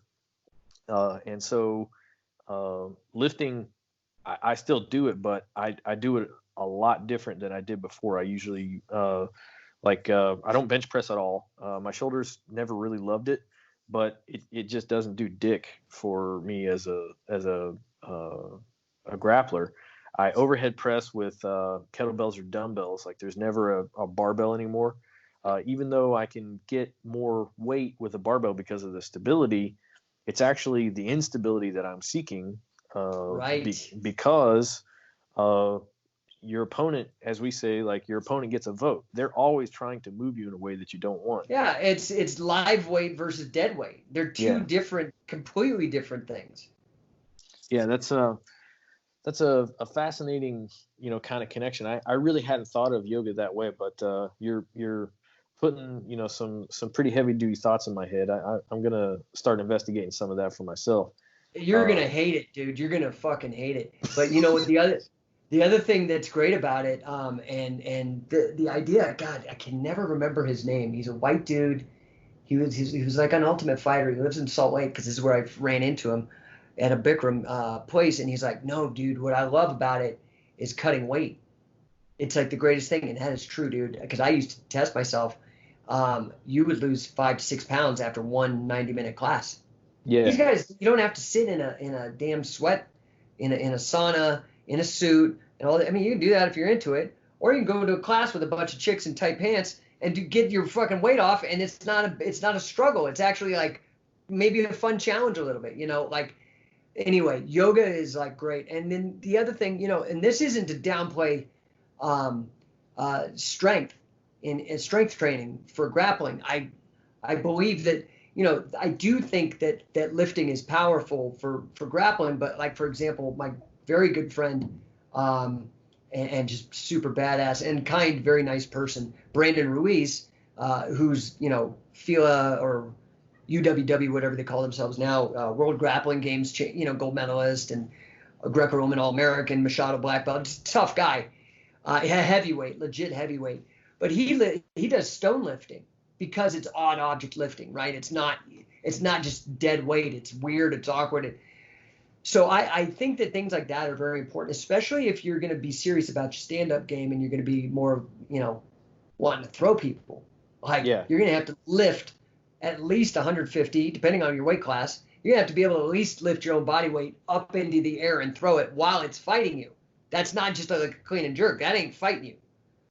Live weight is heavier than dead weight because it jerks around and is fighting. It's unstable. You. It's fighting. It's not just unstable. I mean, that shit doesn't want to be thrown. That's hard. So you have to have a certain level of super strength for that. And so I think that kind of thing is great. But the one that I really focused on more, because I was tall and lanky, and you don't see that many great powerlifters that are tall and lanky. But one thing that I really is a pretty tall guy. Yeah, but that guy ain't lanky, dude. That guy's about as wide as he is tall too. No, he's not lanky. But the thing that I really focused on from strength training was grip strength. Grip strength, to me, is, again, and this is just me with my years and my body type and what I believe and what I've seen. I believe that yoga, and then actually grappling. I think grappling is probably the best conditioning for grappling. I think yoga warm up, some light but steady grappling, rounds, and then grip strength. That, man, right there, you cut out a lot of the bullshit and you focus on the things that are really, really important. That can make beasts. And so that was the thing when Carl let me swing his mace, and I had never swung one before. And it was 10 kilos. That's 22 pounds, dude. Right. Like one of your kettlebells is definitely heavier than that. And, but it's at the end of this long broom handle thing. And so when I had it the first time, I took it to swing. Man, that 22 pounds took me off my feet because of the centrifugal force of the thing, Sure. And it was like, I was looking at my hands, and my hands were all torn up, like normally when you're doing like deadlifts or any kind of bar work with the grip, I was like, whoa, what the hell? What is this thing? The amount of grip strength. I had a guy come out from Chicago, because I do a lot of private training now. And he's a wrestler. He's in my grappling program, but he's like, dude, you got to teach me the mace bell. And he's a young dude, and he's in shape. I was like, all right, cool. So we came out, and I started teaching him. I mean, we took about a half hour, but by the end of it, he's like, dude, my freaking forearms and wrists are hurting so bad. And it's just like anything. You got to get conditioned to it. But that's the point, right? Like, where you get sore is the hormesis, is the anti-fragile, right? Is like when you hit it, it's not just that you hit it and it crumbles, or that you hit it and it's resilient. You hit it and it gets stronger. That's what bodybuilding is, right? You destroy the muscle and it comes back stronger. Well, that's all conditioning. And the mace, you're working your grip. I mean, you're working all of those stabilizer muscles and things like that. And again, Hindu wrestlers from thousands of years ago, or Persians. I mean, I don't want to get into the politics of it. There's good reason to believe maybe the Persians had it first, but whatever. It's so long ago, it's kind of hard to really say. But that Hindu physical culture, I honestly believe, is the best. Now, it's so funny. My wife does this pole shit, which is brilliant for me. Like, it's, dude, encourage, if you're married, get your wife doing this. It's the greatest thing ever. Okay? This is great. You save a lot of money. So anyway, but I try to do this shit. Holy God. I could see why the wrestlers would do it. You've got to go to YouTube and find the Malakam videos. The physical culture associated with wrestling has totally influenced the world, and nobody knows it, in my opinion. Mostly through yoga, pole fitness, the mace, things like that, Yeah. And wrestling itself.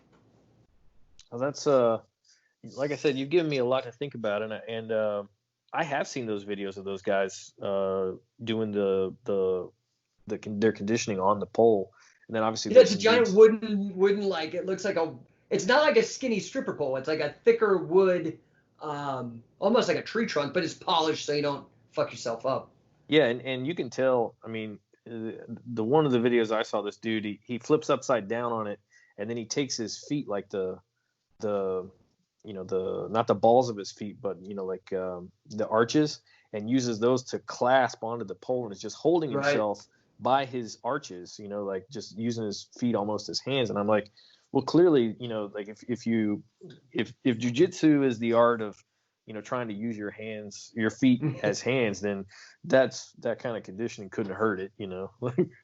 Yeah, if people listening to this go to YouTube and type in MALLAKHAMB, it's crazy what these guys can do. I mean, I saw one where a guy flagpole. You know what a flagpole is? I do. When you put your body, but he did it with flag. his feet. Yeah, but he did it with his feet. He had one of his this is the pole. Yeah, he just hooked one and the other one's pushing. I mean, the strength of these guys is out of control, and they're still doing it today. So, I did what I could to kind of try to bring the mace bell into the West. I think I was probably the main guy to do that. There's been other people who've done better at promoting since then, but I was kind of the candle that lit their candle. Now they're lighting a million more candles than I ever did. But I think that Hindu physical culture really deserves a big place and deserves recognition. And it's so funny. It's like everywhere. Nobody really knows that the strip mall yoga, really, or the pole fitness place are both owed to wrestling conditioning. Well, to kind of wrap up, like I said, most of my listeners are jiu-jitsu guys, but I got this raging bunch of catch wrestlers that I'm pretty sure will all know about you. But for some of the folks who aren't as familiar with what you're up to and want to learn more about the catch wrestling side of things, what are some resources that you have that they could dig into to learn more about it? Well, in particular for the BJJ guys, I was really honored and surprised and humbled. I got a random email from Michael Zenga, who's the guy behind BJJ Fanatics, and he's like, "Hey man, you want to do instructional?" I'm like, one of those looking behind me like you're talking to me, and so I put out a 2 DVD set for BJJ Fanatics. Just go there to that site, and I think there's a 30% off sale. They're always having great sales, but there's a 30% off sale now. Do you have an individual code that gets you a kickback on it? No, it's okay. I get a residual from anything, so anyway, it doesn't matter. Just get the video. I don't even really care if I get paid. We just want you to get paid more if you can. There's no reason not to. I get you. I should be better at that. Yeah, I should be better about that kind of thing. But anyway, we're trying I think to get that our would own probably code be there so that I can start getting paid for people coming to your site. Oh yeah, right. So I would say that that's probably for your BJJ guys that are listening to this and who the fuck is this weird dude and what's he talking about? You probably would get a lot out of that. I've gotten a lot of really good feedback. I mean, it's a culmination of over 20 years, probably 25 years of me working with these big name guys and modeling what they've done as faithfully as I possibly can and trying to update it and integrate it into the modern grappling scene. Mm-hmm. So BJJ Fanatics, it's Catch Wrestling Takedowns is DVD 1 and Catch Wrestling Submissions. And on that submissions tape, there's actually a bunch of pins, but I made them what I call finishers, which are pins that also submit. So the twister, what everybody knows, is actually called the wrestling guillotine. And, but it's, not only a pin, but it's a submission. So there's a bunch of that stuff. That would probably be the best thing for your BJJ guys. But if you don't want to spend the money, which I totally get, I have a bunch of free stuff over at scientificwrestling.com. So you just go Scientific Wrestling. I just had the website redone because I'm bored as fuck with all this COVID shit. So it's got a lot of functionality on it. I've got the old UWFI. I've got 75 episodes of that. I've got the exclusive right. You'll find them on YouTube, but they pirated it, but you can't stop it anymore. But I've got all 75 episodes, and that was the first appearances of Sakuraba. Has old Dan Severin. I mean, it's really cool. It's like MMA and pro wrestling before MMA ever existed. It's in the late 80s and early 90s. Anyway, Scientific Wrestling is probably good. So that's where I would send people. Just And again, I have a lot of stuff for sale, a lot of great DVDs. Like I said, I kind of was doing what BJJ Fanatics is doing today. I've been doing that for 20 years, but only in the catch wrestling market. So I got Josh Barnett, Carl Gotch, Billy Robinson DVDs. These are all instructionals. A guy out by you, Billy Scott. Billy Scott's, I think, in Kentucky, but I'm not sure the exact city. He's a great guy. You should look him up. I'll send you his info. Yeah. He's one of Billy's top catch wrestling guys. He was actually a wrestler with Sakuraba in the UWFI in Japan, and he's there in Kentucky. Great guy.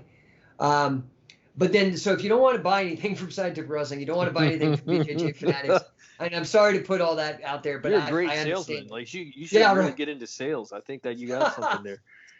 But I put up a shit ton of stuff on my Instagram too, which is just Scientific Wrestling, all one word. And I try to put up as much stuff on there as I can too. So if you just want to get your feet wet, find us on Instagram. If you're feeling a little like, okay, I might dip my toes into this, check out Scientific Wrestling. But if you're really wanting to try to do these unorthodox things in a pretty straightforward and simple way, go to get the BJJ Fanatics DVDs.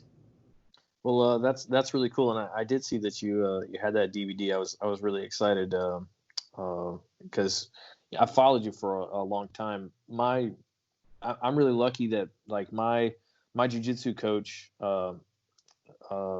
he didn't wrestle himself, but he had a wrestling coach while he was in grappling training, and so there's a really big catch wrestling influence in our jiu-jitsu. And he's very open-minded. He's like, whatever you want to study, I don't care. As long as, like, if you bring something that I don't teach, just show it to me so I can make sure it's safe. I don't want you hurting people. It's like, so. Dude, that sounds like a great coach. That's a great attitude for a coach. Just be nice about stuff. Like don't if you're gonna like everybody has that partner that you can kind of get away with doing like dicky stuff with. Like put your elbow in their eye and shit like that. And he's like, but don't do that to everybody, like just let's be nice to each other. But you can be hard on each other as long as you have an agreement between each other to do it. Yes, yes. And so I'm really lucky that whatever my particular interest is, my coach is like, just do it. Like I said, if it's something that I don't teach, just show it to me and let me see and make sure that you're doing it safely. And as long as that's the case, then everything is approved. And so I was introduced to catch wrestling by a couple of friends, and have done some research on my own, and that's how I got to know about Joel Bain, and he was one of the first guests that we ever had. And I was super excited. Like, funny story with Bain, I recorded the episode with him, and then the audio was fucked up because I was brand new, and everything, it was just garbage. And so like it basically made it sound like we were talking over each other. It was like you could hear it, but it desynced it, and so it was all off. And so I get this text at like 4 a.m, and I'd published it like at 10 o'clock. And so like at 4 a.m, Bain's like, I just woke up. We got to do this over. We can do better. And I'm like, man, what a guy. Because, I didn't even have to ask him, because I felt bad. I felt like an idiot, which I was. But he's like, no, we can do better. And so he just came on and we re-recorded the episode. It was great. He's such a gentleman. And so Joel is great. Joel is and he's a hell of a coach too. Yeah, and one of the cool things, and this is kind of what I want to close with. Within the jiu-jitsu community, catch wrestling has a reputation of being rough to the point of being sadistic and maybe even a little bit crazy or dumb. But That's about right. But what I was getting at is that with Joel, he was talking. He's like, we do some stuff that hurts. He's like, I'm not going to pretend like we don't. He's like, but I'm not going to do that to you day one. He's like, we're here to build you up, not to beat you up. He's like, so I'm going to introduce you to pressure. If you come into a class and I'm teaching, and I know that you're just starting, he's like, I'm not going to have people smashing you. I'm not going to have people doing like vicious neck cranks on you and stuff like that. He's like, we're going to introduce you to these things in a way that's progressive so that you understand it. You learn to deal with the pressure, and we're going to temper your body and your mind over time And so that's one of the misconceptions that I have kind of, taken it on, this show to kind of clear up, is that catch wrestling doesn't just like club you like a baby seal the day that you step through the door. Well, okay, so it's interesting you bring this up, because we totally do, and that's a bad thing in regards to being ambassadors, okay, to jiu-jitsu. The problem is that the way jiu-jitsu runs a class is they go, okay, my friend, you do this and that, and then okay, and then twist this, and then go, and then everybody just fumbles around and does this fucking awful rolling, right?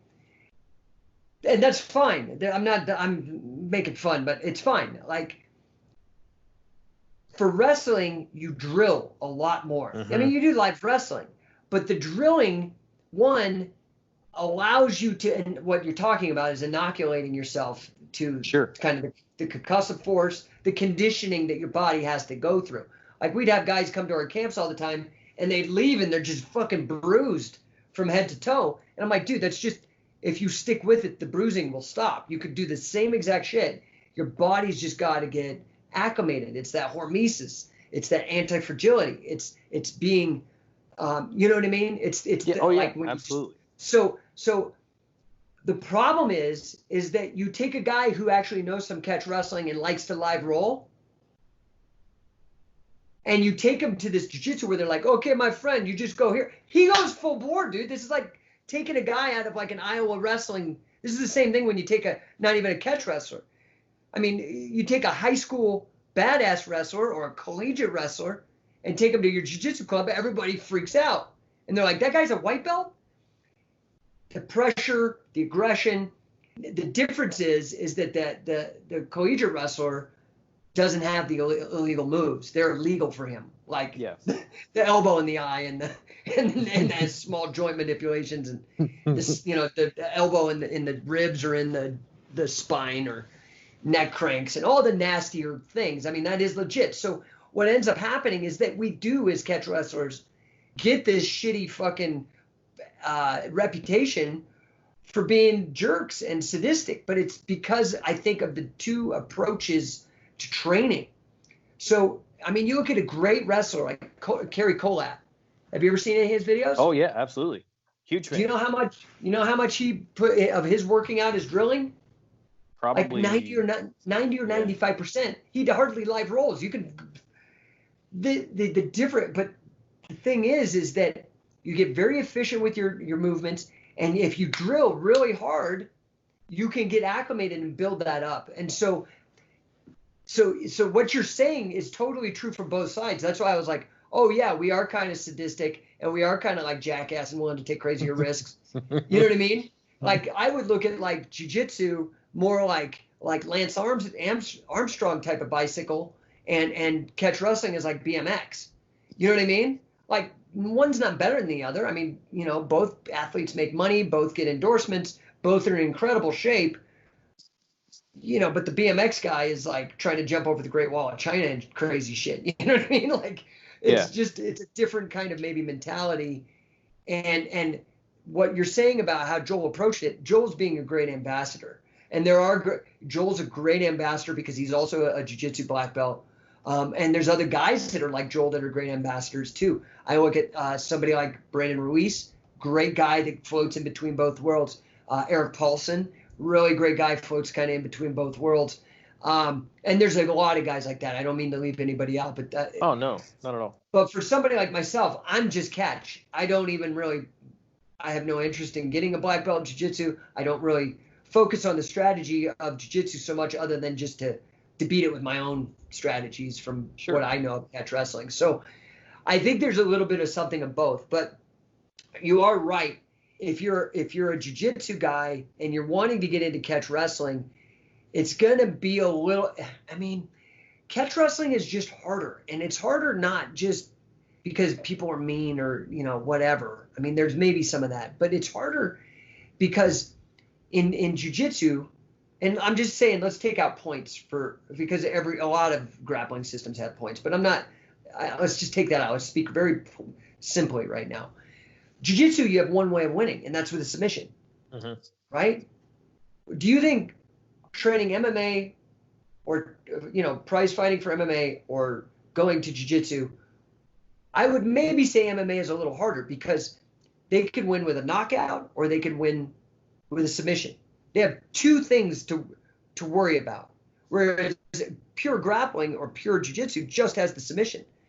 In that way, playing the game of catch is a harder game to play because you have the pin. It's harder to be on your back. And the second you roll over to get off your back, you either give up they take your back, or you throw up an arm and they take an arm, right? So it is a harder game to play. Does that make sense? Like, it does. Yeah. There's kind of more rules and more ways to lose. So it's just a faster, harder game in that way, right out the gate, like mentally and strategically. Then, the rules are a little more rough. We always start on our feet, man. This knees stuff that doesn't go. Like, you don't do that in wrestling, and we don't do that. Right. And so you do get thrown, and you get spiked, and you get landed hard, and you get the wind knocked out of you, and it's more like judo, And then, Ken Shamrock won with a heel hook in UFC 1, man. I mean, we've been doing this shit this ain't new. Yeah. You know what I mean? Like, big, crazy bodybuilder, steroided guys doing leg locks. That's not Danaher Death Squad. That's Lion's Den, bro. That's like old school. You know what I mean? Yeah. So I'm just saying, like, it's a rougher game. It's more open. You got to start standing. There's more ways to lose, and there's a lot more submissions that are allowed. So I don't know if catch wrestling will ever get as big as jiu-jitsu. I just don't think it's built for the retail martial arts model that jiu-jitsu has, where there's not going to be catch wrestling gyms everywhere. Yeah, I just don't see it. Catch wrestling is more like prize fighting. It's more like MMA. It's more like boxing. I can definitely see your point on that. I think for me, like I said, I started kind of old. I was 35 when I found out about grappling, and so I just turned 40. And so conditioning wise, I love wrestling. I find it's just fun, and it seems like within jiu-jitsu, like I think the ornate flowery guard play is really beautiful. Yeah, it's cool.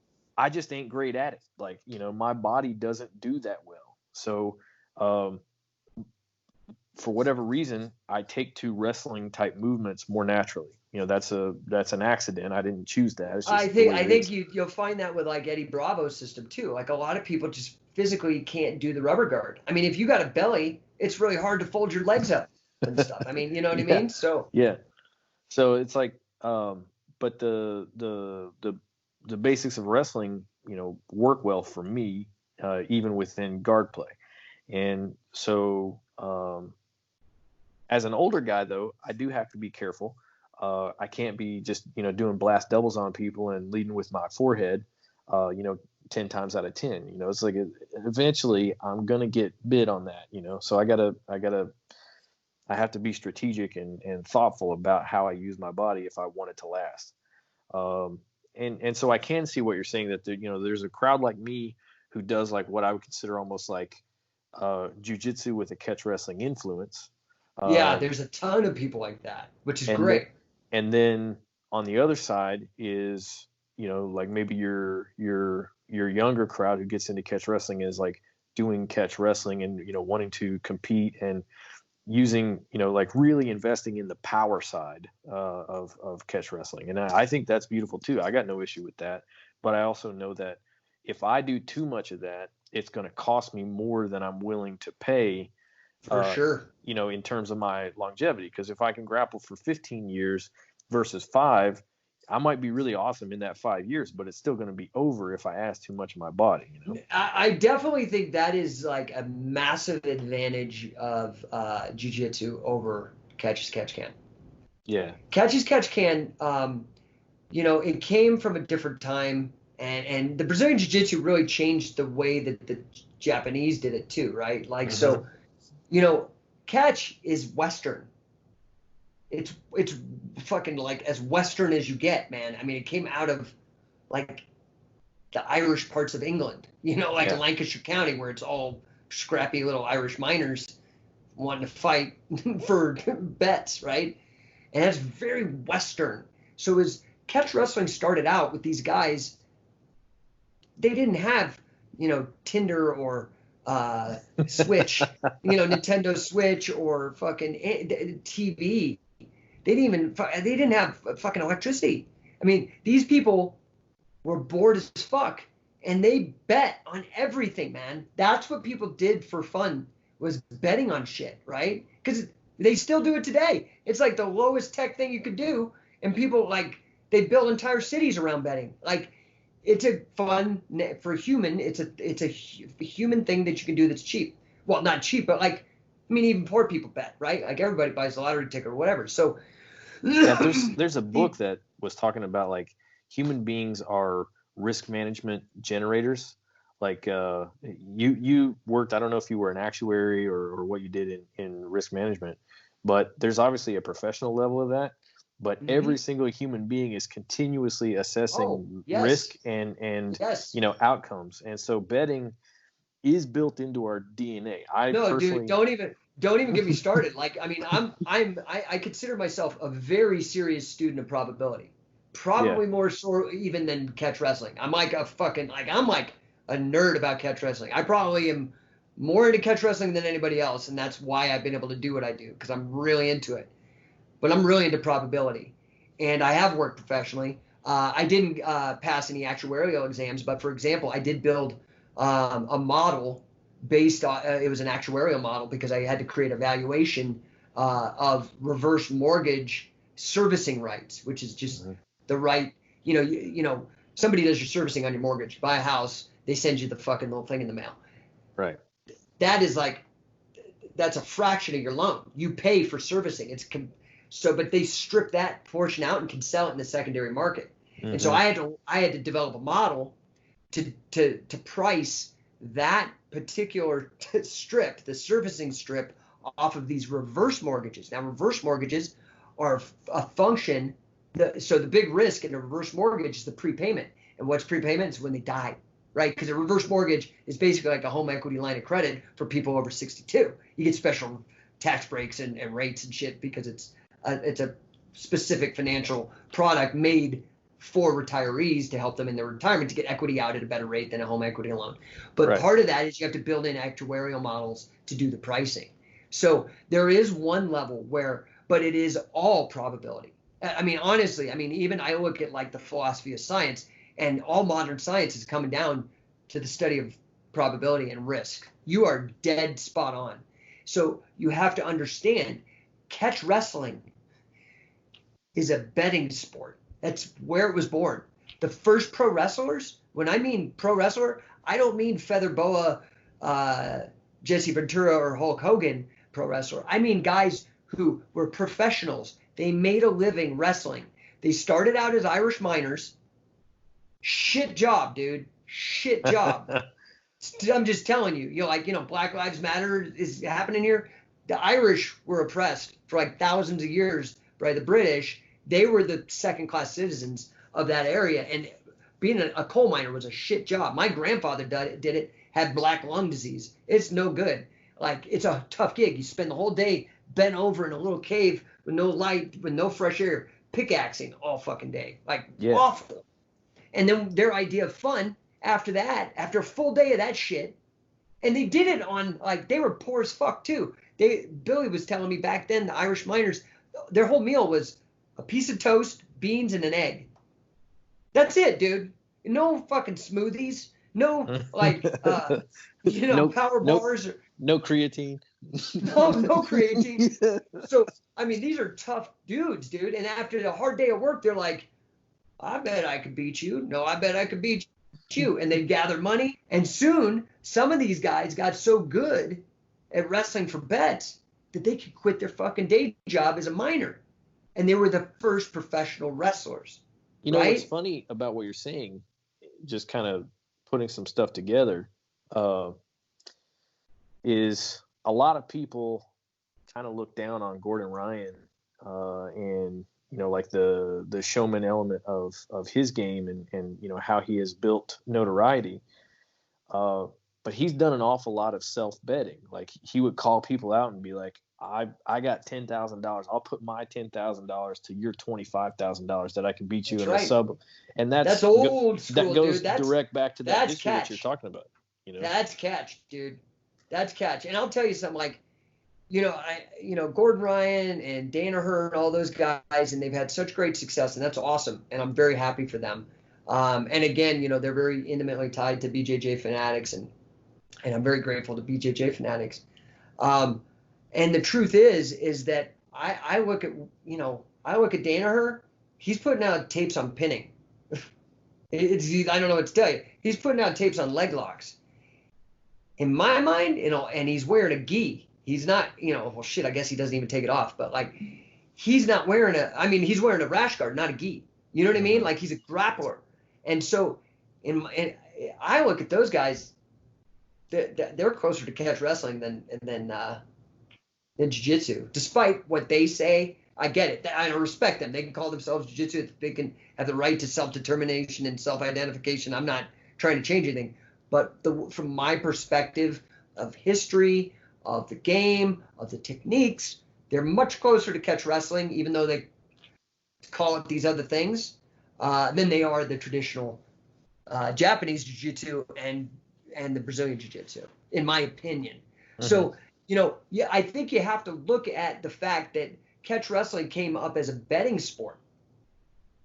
And because of that, the business model is different.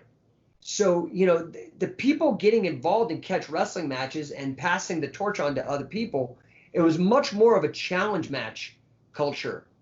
And jiu-jitsu has done something that is amazing. And I never thought, when I was starting in 94 and I was this hungry ass kid looking for a goddamn jiu-jitsu school, and there was nothing. I had to move and take massive risks with my life to do this thing. And now it's fucking everywhere, dude. I mean, they changed the entire business model from this challenge match betting thing where only a few people could do it, and they figured out how to get everybody to do it. To me, what Brazilian Jiu-Jitsu has done is basically like what CrossFit has done for powerlifting and these other sports. They figured out a way to get soccer moms doing these really hard, gnarly sports. Mm-hmm. And maybe they had to appeal to the largest common denominator, and that means taking out some of the roughness and some other things. But they built a whole other business model. How many people, especially that or that I know because we're in the business, are making a living on this lifestyle? It's amazing for a guy that's been around since the beginning of the UFC, at least. It's mind-blowing. It's awesome. It's so great. But, the trade-off is that you're getting your more average person doing the jiu-jitsu, which is great. But for something like catch wrestling, your average person ain't going to like it. They're not your average person. You have to be an outlier to like catch wrestling. Your level of sadomasochism has to be a level above the average jiu-jitsu guy. That's just, I don't know how else to say it. I'm not saying anything good or bad about anything. It's just a rougher sport. You know what I mean? And so because of that, that is a barrier to entry, and it keeps it smaller. I don't think catch will ever be as big in terms of practitioners as jiu-jitsu is today. Well, it's the same as what you said, CrossFit and, powerlifting, or CrossFit and Olympic lifting. Something that I give CrossFit credit for is, if you looked previously at what the bigger, kind of trends in fitness or whatever were, it was like, I'm not saying like sweating to the oldies, but it was like, how can you be in shape with doing like the softest, least amount of work? You know what I mean? Like, how can we make this easy?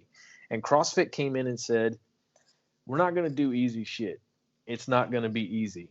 It's going to be hard. It's going to suck. But the person next to you, Brenda, and the person next to her, Jimmy, and the accountant over there, they're going to be suffering with you, and they're going to be pulling for you. If you're the last person to finish the WOD, everybody's going to be cheering you on. we're going to build a community around your suffering, and we're going to make your suffering a thing to be proud of. And previously, no one was ever proud of suffering. Like, they wanted to be, in as good a shape as you could be without any suffering. With the minimum work, yeah. Right. And CrossFit gave people who wanted to be in shape the right to suffer and to find pride in that. And I think that's magical. Right.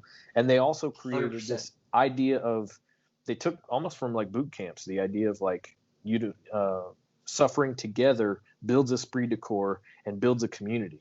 If you look at CrossFit, the training, they don't give you that great of powerlifting training. They don't give you that great of Olympic lifting training. They sure as hell don't give you that great of pull-up training. They do give you a community and a group of people who will suffer with you and will cheer you on while you're suffering.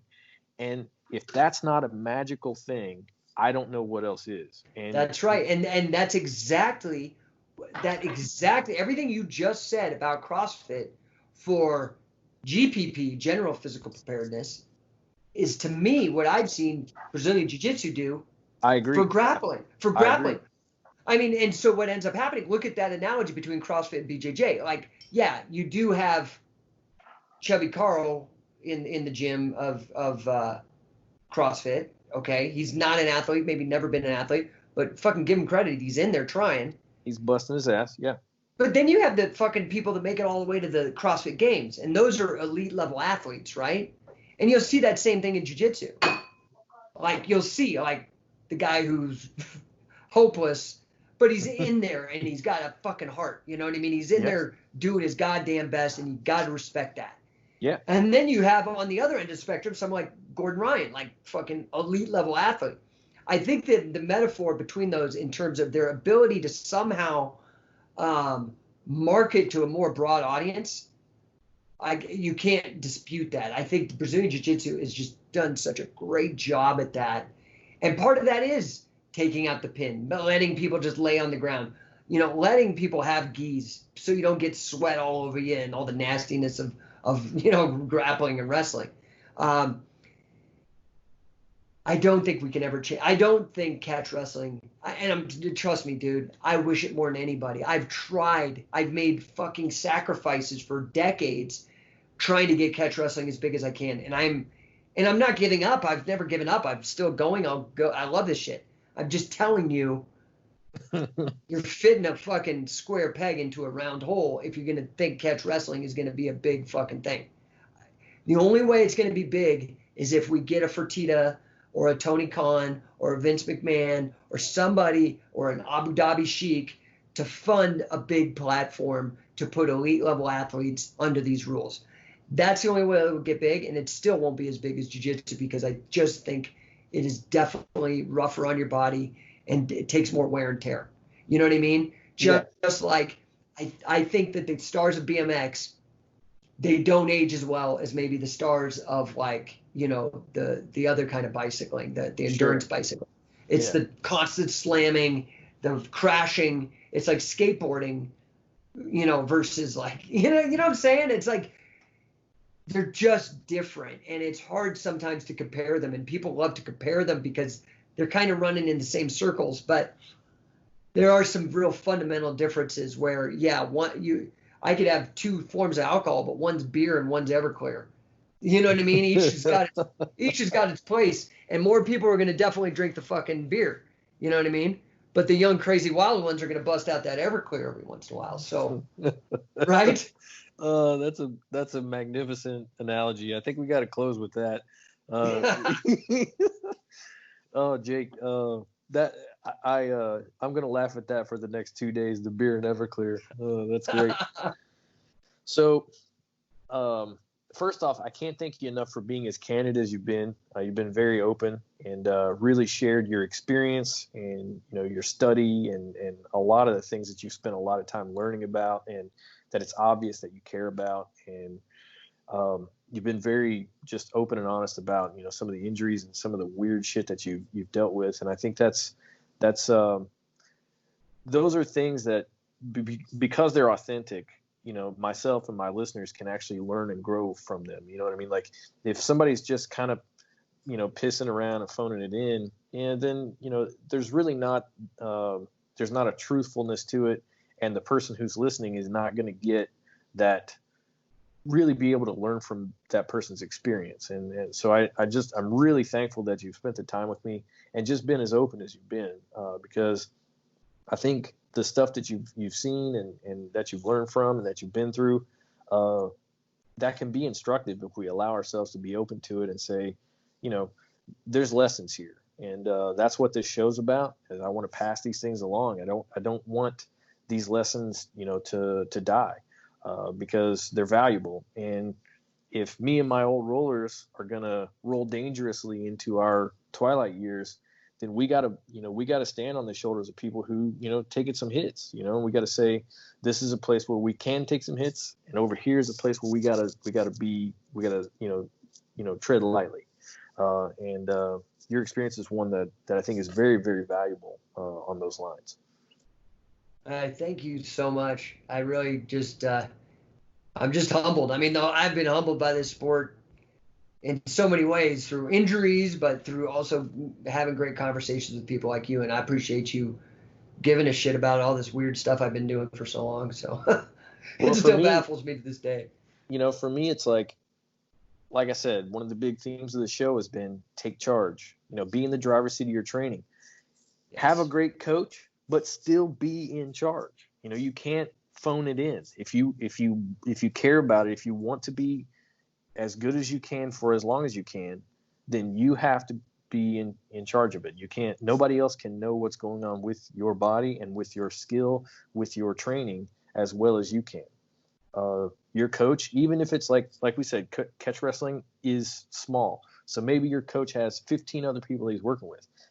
That's still 15 other people that, he or she is training.